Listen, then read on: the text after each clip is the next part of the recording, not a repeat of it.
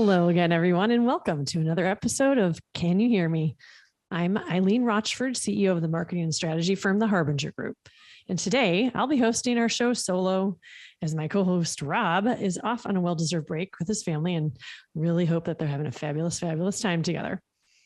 So we're going to be talking about interview communications today, which is a very timely topic. You know, we've been going through the Great Attrition and the hiring frenzy that we've experienced this year and this summer.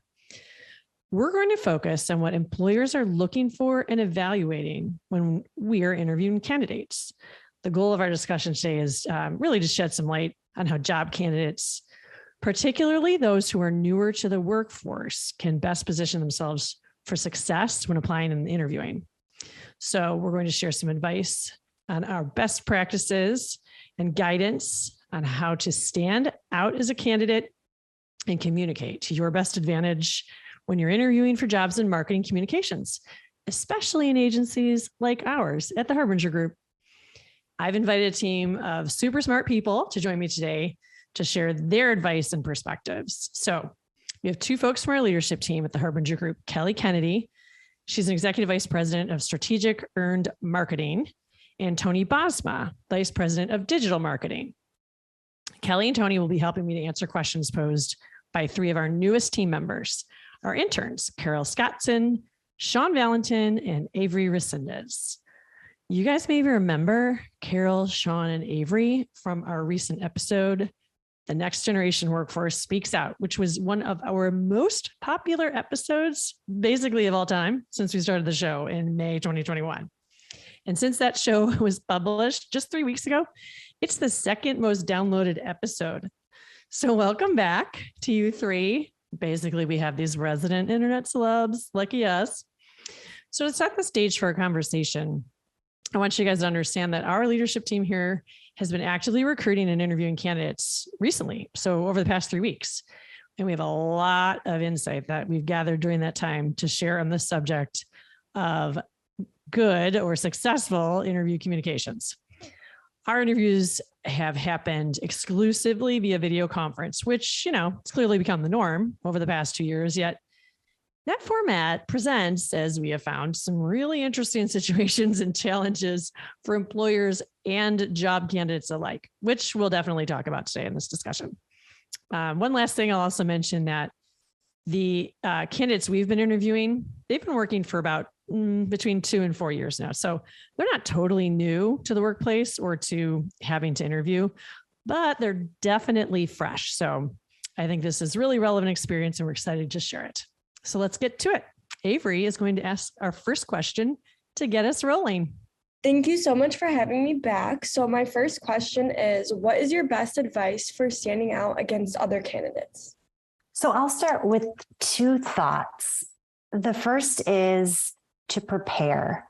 If a candidate can really demonstrate that they've done their homework on the firm, going to the website, visiting their social media pages, listening to their podcasts in the case of the Harbinger Group, and can really show that they're motivated to learn about the agency and understand it and the clients that we have, that goes a long way to show that they are really interested.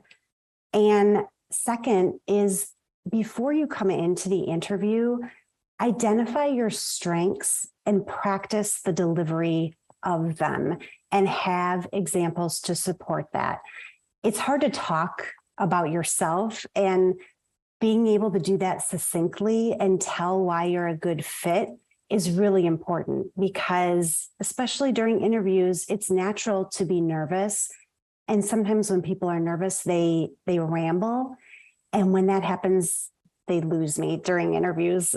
So really have those points down about what your strengths are and come with examples. So if you are a social media expert, come with examples of campaigns that you've put together and results that exemplify, why we can't, turn you away. I think those are two pieces that really stick out for me. Yeah, those are great answers, Kellie. And I think one of the other things that, candidates really need to think about is the questions that they may have for a potential employer. even though the candidate is the one being interviewed, I think that you can really stand out above some competition if you bring very good questions to ask the person who's interviewing you. And these might be questions about the agency or the company that they're interviewing with, but also about the position and about their clients and the individuals and companies that the potential employer is working with. I think as long as they bring, the candidate brings really good questions, I think that the interviewer is going to take note of that. And it shows a different level of engagement of just being prepared for yourself. It's also showing the enthusiasm that you may have to work for the employer and for the clients or companies that they work with. Great advice, both of you. I think what I would reinforce is Kellie's point about coming prepared and having a really succinct, personal, brand positioning, if you will, what you're good at, what you stand for, and why this company, the one you're interviewing with at that moment, is a right fit for you based on what they're looking for in the culture of the organization. And just doing your homework, it's essential. Reflecting in your answers that you've studied the organization deeply. You've studied the people you're interviewing with. You've studied the leadership team. You've gone and dug through the history of their social posts, their newsroom, all those things. I'll just reinforce that, when it comes to me interviewing candidates, all of those are very, very important to me when selecting folks, and spend a lot of time preparing. Be really ready. Okay, so let's move on to our next question. And Carol, you get to ask this one. Lovely. So what I want to know is, how does an entry-level individual make a lasting impression during the interview process? Whether that's like chiming into like professionalism or showing your personality, maybe being a little bit more confident, or would you prefer someone who is modest? Carol, I think that's a really great question. And really the answer is yes to all of the above, but I would rank them in this way. So confidence, number one, and modesty, number two. And so that may seem like, they're sort of battling against each other, but here's the thing. If you're an entry-level person, right, the interviewer knows that you're an entry-level person. So it's really important not to oversell yourself, but you want to be able to be confident in the skills that you do have and the experience that you have. So that's, it's sort of a two-edged sword. Like, you want to be confident, but you also want to be modest and showing that you don't know everything yet. And I think being confident and being modest, that really is going to reflect on your professionalism and your personality. And so being modest doesn't mean that you have to be, sort of in your own shell, sort of an introvert. It really is just being very honest with yourself about your skill set and the experience that you do have. And I think all of that shows confidence, which is really important to me when I'm interviewing a candidate. Just to echo what Tony said, I think that makes a lot of sense. And I also think that entry-level individuals need to remember that while they might not have been in the workforce at all or for a long time, they have applicable experience. And that I'm really impressed when candidates can talk about their experience. So maybe they have not been in, marketing communications, but they can talk about how when they were a server at a restaurant, they worked really well under stress, and they had to be extremely organized, and they had to work with people of different personalities, really be able to apply any experience that you had to show your strengths that would apply to that job.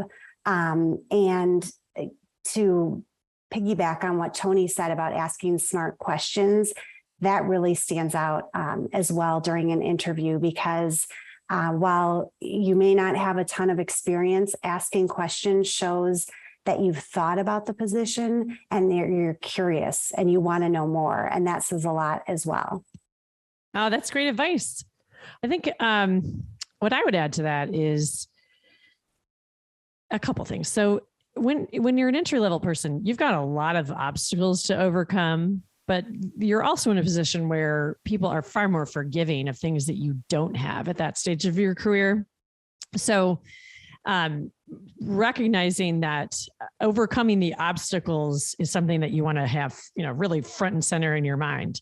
And I believe that one of the big ways to do that is to overcompensate on the professionalism side. Don't pretend to be something that you're not, but definitely show up looking like you are 100% ready to be in a professional environment. And today, those interviews are being conducted, especially the ones that we've been doing via video conference, right? Well, that is the same environment if you're interviewing for a remote position or even a hybrid position. That's the same environment that you'd be reflecting when you're on client calls or team calls. Recognize that. Make sure you show up with the background looking professional. You don't want to show an unmade bed. You don't want to show a messy bedroom. Be aware of that. Your personal appearance also matters, I think, particularly when you are entry level, but frankly, always. And that just means professional attire. You don't wear a college t-shirt, okay? Like wear a suit jacket or at least a blazer, something that reflects a professional environment, because you'll be put in front of clients. You'll be, working within client teams, and you definitely want to demonstrate. That's your opportunity to demonstrate. I can show up and look like a professional team member when I need to, and you're kind of on the stage at that moment. So take advantage of it and really demonstrate that you can do that, and you can, be highly professional in the way that you approach meetings, just like your interview, for example. I would also say that confidence is super important. I echo Tony's advice about being very self-aware. You never want to over-inflate, I guess, over-exaggerate what your experience has been. But there is a way to counter that. And if this is true of you, demonstrate that you're a lifelong learner. Demonstrate that your core area of interest, or in your core area of interest, be it digital marketing, audience targeting, social media, whatever it may be, demonstrate that you've taken the time to get your own certifications in, all these abundantly available courses that are online. Do something that shows, well, I may not have direct application of experience yet. I have knowledge, and I have interest, and I have passion. That's my answer. And I would like to add one more thing. I'm a bit old school when it comes to follow-up notes, but the follow-up notes after an interview always make an impression with me. So just sending a quick note to say, it was great talking with you, pulling in a few pieces from the conversation and adding some sort of personal note is always a nice added touch after an interview, and another way to remain on the company's radar screen too. I'm so glad you mentioned that, Kelly. That's great advice. I totally agree with you. It's almost like maybe 50% of people do that today, and I can't believe that it's such low-hanging fruit, right? Like in terms of an opportunity to make an impression. So not sending a thoughtful follow-up, immediately after the interview, or certainly that day, I think it drops you down on the consideration list. And I will say that one of the Harbinger Group's interns last year, after the internship was over, she wrote me a handwritten note. And I still have that note to this day. So anytime she wants to come for a recommendation, she knows that she can get one from me. But it was so thoughtful and, really meant a lot. I mean, that certainly left an impression, in addition to the incredible work that she did, of course. But really going that extra mile counts. Okay, I think Sean's up next, right? All right, Sean, what do you want to know? Do you guys think that a cover letter is important, or do you believe that you gain off the info about the candidate from the resume and then the interview? Terrific question, Sean. And I can answer that straight away. The cover letter is so important. Here's why. When you send or when you write that cover letter, you're demonstrating you've already done research on the company, ideally, right? And you're also taking advantage of the opportunity to tell your personal story of why you should be considered, why you are, in the top 5. What have you done that matches the criteria mentioned in that job description that you saw in the ad that you saw? Match up the research that you've done on that company and what interests you about the company and the job with your own skill set. Weave a narrative that makes people instantly say, oh, great. They check all the boxes. Let's put them through into the interview process. It's, separates the wheat from the chaff, if you will, in many, many ways. So my answer is you need to write that cover letter, and you need to do a really good job writing that cover letter. Do your research before you even sit down. Research the company, right? Now, think about it. If you've written that cover letter and taken the opportunity in that note to highlight things about yourself that go deeper than what someone could see in your resume or your work samples, when you get in front of them in the interview, what they ask you about, you then free up all this time where you can tell your own story more deeply. They don't have to ask you the basic questions as much. You've highlighted some of the things that might have eaten up some of your interview time in that cover letter. So my opinion is the cover letter is essential. I agree. It's very important. I would just caution that while the cover letter can really help you, a poorly written cover letter can really hurt you. Even if your resume is really impressive, if there's a cover letter that it just doesn't get to the point or is just plain and simple, not well written, that's a reflection on you as well. So I would, really caution to have someone else read that cover letter and make sure that you're really getting to the point and that it's well written. But overall, I think that it's a really important piece that represents you. And then, of course, the resume is the focus. And I think just a couple other things to note on the cover letter, and Eileen and Kellie, I think you've made really great points. Don't be formulaic in your cover letters, because it shines right through that you've just copied and pasted the position that you're applying for in the company. So it's really important to put the time in because it shows that you're willing to put in the work and that you've put thought into why you would be a good fit for the company and for the position. And the cover letter is really your first impression when you have to submit one for a job. And, one example that I'll give is, as we've gone through an interview process to hire here at the Harbinger Group, is I received a really great cover letter from a candidate. It included work examples, really relevant to the position, talked about why the person would be a good fit for the Harbinger Group.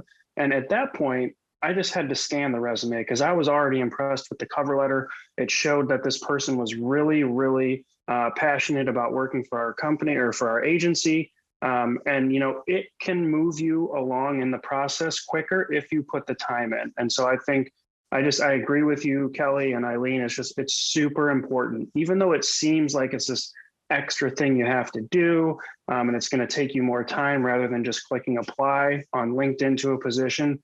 It can go the extra mile. And just one last point on that. I think it's important to also utilize the communication tools that we have today. So yes, you need to submit a cover letter, but you're going to stand out to a potential employer if you send an in-mail on LinkedIn. Think of that as like a secondary cover letter. You only get so many chances to make a first impression and make that first touch point. So I would just encourage, do all of the things that you can do at the outset. And that includes the cover letter and in-mail messages on LinkedIn. Excellent advice. Thank you.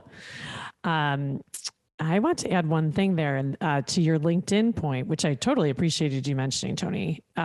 There haven't been many folks who have sent LinkedIn to me during this interview process here at the Harbinger Group, but I have had a few. And in some cases, it was upsetting and disappointing because they didn't follow any of the directions in the ad or what was on our landing page for the position. So that can hurt you too, right? Don't go to, or don't circumvent the process that the agency has so clearly said, this is what I want you to do. I want you to provide, answer these questions in screening, provide a cover letter, provide your work samples, et cetera. Don't try and circumvent that just through a LinkedIn email. I've received a couple of those and they were pretty disappointing. Okay, so moving on.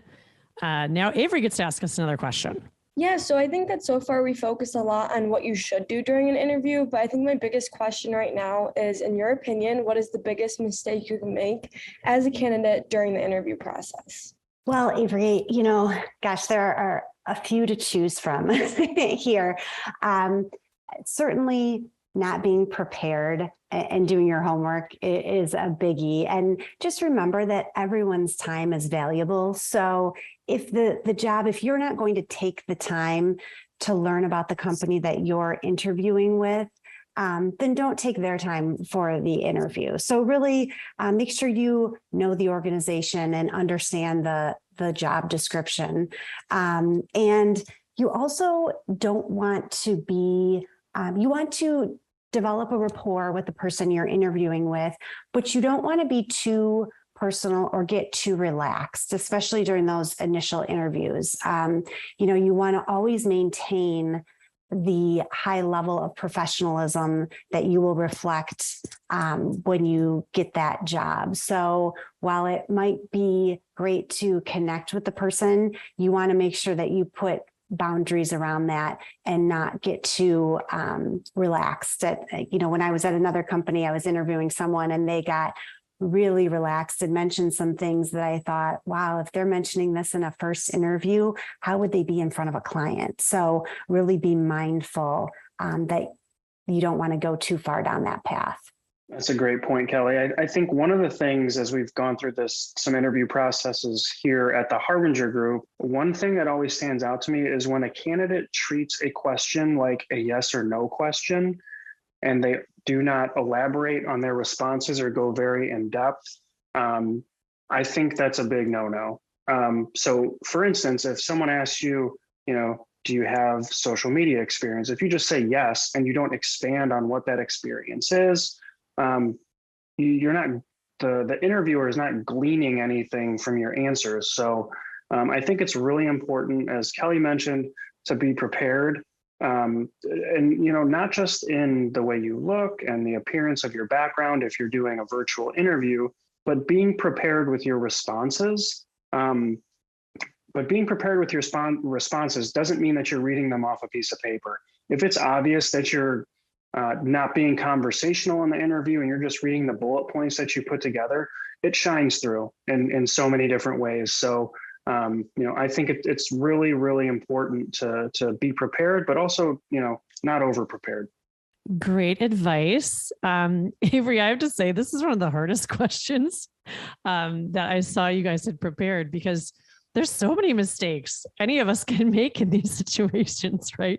But what is the biggest? I think I have to just kind of fall back on lack of professionalism. And maybe, Kelly, that might lead into your point about getting too relaxed. I don't know, but show up like you mean business. Show up with your game face on, your uniform on, your game plan at the ready.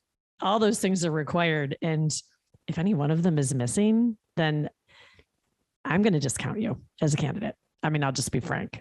That you got to be super duper prepared, and you have to look like you are ready to do business. And in our case, we are a business to business communications firm, and we are always working with businesses in business environments. We're not consumer. It's a different, culture or environment in a way. And so that, professionalism, client-facing professionalism, which I think is what you should strive to reflect in an interview environment, because that's really what you're being looked at for. Not, work days when we're not interacting with clients, I show up in a baseball cap all the time. Sure, that's fine. Not when you're on an interview. No way. So that's what I would say. All right. So Carol, let's answer your next question. So I know we talked a little bit about showing your personality during an interview. And I know the Harbinger Group has core values that would be ideally sought for in a candidate. So I was wondering how you determine if somebody's a fit in those, personality traits and values that you're looking for. And how do you ask those questions? What type of questions do you ask? Well, I'm glad the three of us are answering this because I'm actually super interested to hear what Tony and Kellie say. But I'll offer something first. The way that I explore that, Carol, with candidates is I ask them questions first open-ended.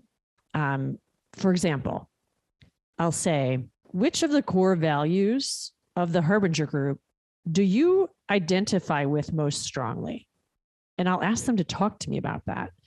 And I'll ask, probing follow-up questions like, why that one in particular? Why does that resonate with you?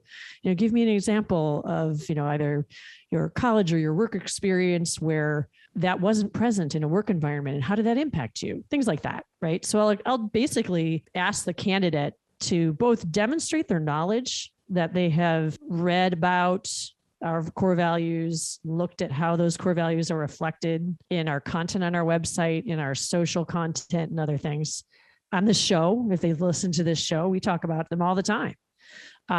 So I'll ask them to kind of tell me how those 6 words matter to them, or which of those 6 words maybe mean the most.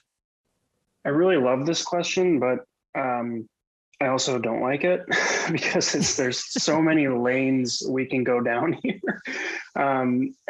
Sometimes it just comes down to, in terms of like a fit of personality and values, you can just tell, like someone feels like, one of us in a lot of different ways. But one of the things I really like to ask candidates is, what are you passionate about? And so I'm not looking to hear that, oh, I like to go hiking or I like to spend time with my family all the time, not like those super kind of granular things that, are areas in which we probably all have, passions for in different ways and different activities. But I ask that question because I want to see how they weave work into it and their profession. Are they talking about how they love to learn? They love to read because they like to take these adventures with their mind and sort of weave in and out of things. And they have this hunger for knowledge. And so, it's easy to ask someone what they're passionate about and for someone to respond to it about the hobbies that they like to do. But what I'm keenly interested in is really, how that, translate into your work life. Right. And then a lot of times when I ask those kinds of questions, it'll lead into, how do you do, work-life balance? How do you manage that? And those different types of things. But, it seems like an easy question to answer, but I think it can go down a lot of different lanes that help you learn more about who a person is outside of just what their hobbies are. Oh, Tony, that's a great response. 2 questions I always ask during any interview is to share a success that you're most proud of. And at the same time, tell me about a failure and how you dealt with that. Because we're all human, we all fail, but I think how you respond to a failure says a lot about a person. And so it's always interesting. And that question tends to catch people a little bit because during an interview, you certainly don't want to talk about, or you don't want to focus on a bad thing that happened or something that you weren't successful at. But that is really a question to probe about how you react and how you kind of pull yourself back up and rebound, because we all do that on a daily basis. And so that has been a really telling question for me. And it's interesting because I was really impressed with an interview candidate we talked with recently who gave me one success. And again, he was very specific and had examples of the campaign and the successes and numbers and, data and everything. And then he went in and he told me about two failures. He didn't just give me one, but he gave me two, and how he really rebounded from those, which I thought was really gave me a lot of good insight into him and his personality. The second question I ask is, how do you gain the confidence and the respect of others? And the reason I ask that is because I feel like it's a question that probes a bit into collaboration and, really being mindful of the task at hand and how to meet expectations and hopefully exceed them. And so have really gotten some good responses to that as well, because, certainly not looking for someone to be braggadocious, but, how do you help people or make them see that you are a quality employee and person? One candidate not only responded professionally how she gains people's confidence, but she wove in how personally she gains their confidence, which I think is just as important as the professional side. So those two questions really give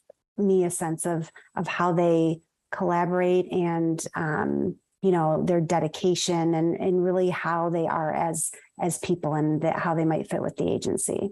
Oh, that's terrific advice. I'll just say, Carol, on your question, the personality part is honestly the most interesting to me, the use of that word, because it made me think about how here, I don't think we're looking for one specific type of personality. I don't know. Maybe that's the case in other places. Personalities here, I'm thinking about all the people who work here and how, vastly different everyone is, from being, slightly introverted and reserved to being super duper social, outgoing, passionate. It's funny. So I'll just say that was it. That use of that word really got me thinking. So let's move on to our last question, which is from Sean. Okay, Sean, let's hear it. Yeah. Do you believe that if a candidate doesn't exactly fit the required years of experience, it's still worth applying for? I feel like especially nowadays you'll see, or you see it on social media of in kind of a joking manner that, an entry-level position requires 10 years of experience, but how are you supposed to get the experience, if you can't get a job in the field? So do you think that, it's still worth applying if you're a year or two off of the required years of experience? That's a really good point, Sean. And I think you nailed it. Yes, my response is yes, with the caveat that if you're 1 or 2 years off of the required years of experience, if it's a job that is looking for 8 to 10 years experience and you've got 2, I would really think long and hard about that. At the same time, we all got our break in our careers at some point. And so I'm a firm believer that, everyone needs to start somewhere. And so again, if you're 1 to 2 years off and the job description is something that you have some level of experience in and you can demonstrate, like Eileen mentioned earlier, that you're a lifelong learner and you're curious and you want to learn more and you've taken some steps to learn more to meet the requirements of the job, by all means, throw your hat in the ring. I mean, as long as you are completely transparent and, accurate in your resume and they see the experience that you have and know that, you are not necessarily meeting their required years, but if you still stand out and they want to talk with you, then I think that it makes all the sense in the world. So I think it's definitely still worth applying. Yeah, Kelly, I agree. And, but I think one of the things that's really important is if you don't meet the number of years of experience that an employer is looking for, you have to find other areas to sort of make up for it, right? And so, having a great personality, being professional, showcasing the skills you do have, and talking about, how they're transferable. I think is something that candidates really, really need to do. And I think the other piece of this is it's super important, especially for entry level, that you put the work in during college. And I don't mean the schoolwork and going to class.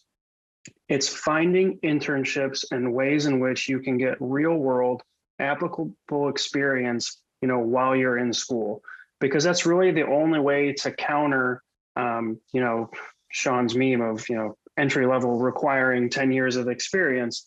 Right. And so I find that to be super important. It also shows initiative, that, you had this really packed schedule, but you still managed to fit in getting this real world experience, and it can be done. All of our interns are doing it right now. So yeah, I think at the end of the day, it's okay to apply if you've got, a couple of years less experience, but you have to understand that you need to make up for it in some other way. Great advice. I don't know that I have a ton to add to what our colleagues have already said, which is right on and perfect.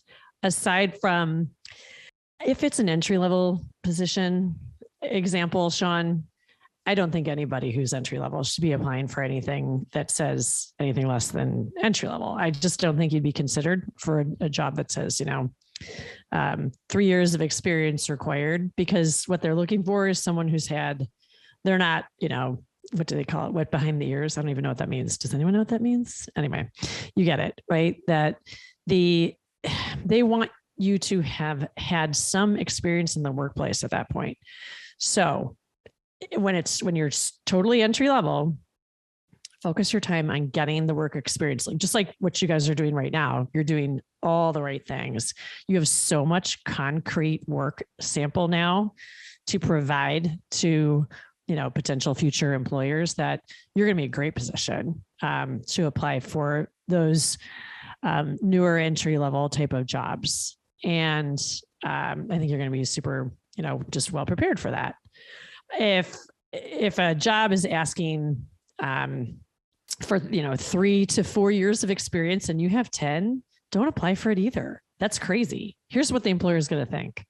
Why would I consider you and waste my time interviewing you when there's no way that your salary requirements are within the band that we've budgeted for this job? So I'll just add that final point. I think that's, the reverse is definitely not worth your time. Okay, those were 6 fabulous questions. You guys definitely provided us the opportunity to give great insight to newer, kind of fresher folks who are maybe less than 5 years looking for jobs in the marketing industry, especially, within the agency sector that we're all in. And we appreciate the opportunity to answer those questions. Is there anything we didn't cover that we want to add as our closing points, Tony and Kellie? Gosh, during media training, we always counsel clients to take advantage of this question. So I feel like I need to here. Yep. I would just reiterate some of the points that we made. Do your homework and have really good follow-up, and know the company that you're applying for and the clients that they work with, and demonstrate that you've done your homework and taken the time in your responses to weave in how you know them, and that you could jump in feet first and really hit the ground running. And I would just say in closing, just do all of the little things you can to make yourself stand out, and to try to keep a line of communication with an employer or a potential employer, because they're getting hundreds of resumes. It's hard to review all of them. So when you do the little things, it gives you, a better chance of being recognized, so that you can get an actual review of your resume and your cover letter. I love that little things point, Tony. And I'll build on it because I think everybody might benefit from this little tidbit. So we're a small company, right? And while we're small, we've been in business for 20 years, and we have a wealth of information that's available out there about us because it's been 20 years. I am always looking to see, when we're in hiring mode, who's bothered to go and follow the Harbinger Group's social feeds. who's bothered to send connection invitations to members of the leadership team at the Harbinger Group? Who's engaging with our social content when we put it up? Because we put it up, a couple times a week. And if candidates aren't doing that, that actually leaves a huge impression on us because we're a small company. So if you're looking to interview with smaller, even mid-size organizations, that's totally something that you should be doing. And I think it really will make you stand out. So I love that little things point. And I just wanted to add one more. All right. I want to thank Avery, Carol, and Sean for being here to represent the perspective of newer job candidates and what they're looking to find out. And thank you to Tony and Kellie for being here to share kind of your veteran marketing experience as employers and interviewers. And you've shared such great insights, and I deeply appreciate that. So thanks to everybody for being with us today. And that's going to do it for another episode of Can You Hear Me? I'm Eileen Rochford, and we thank you for listening. And remind you that you can find Can You Hear Me wherever you get your podcasts, on Apple, Spotify, Google Podcasts, and many more. Thanks so much.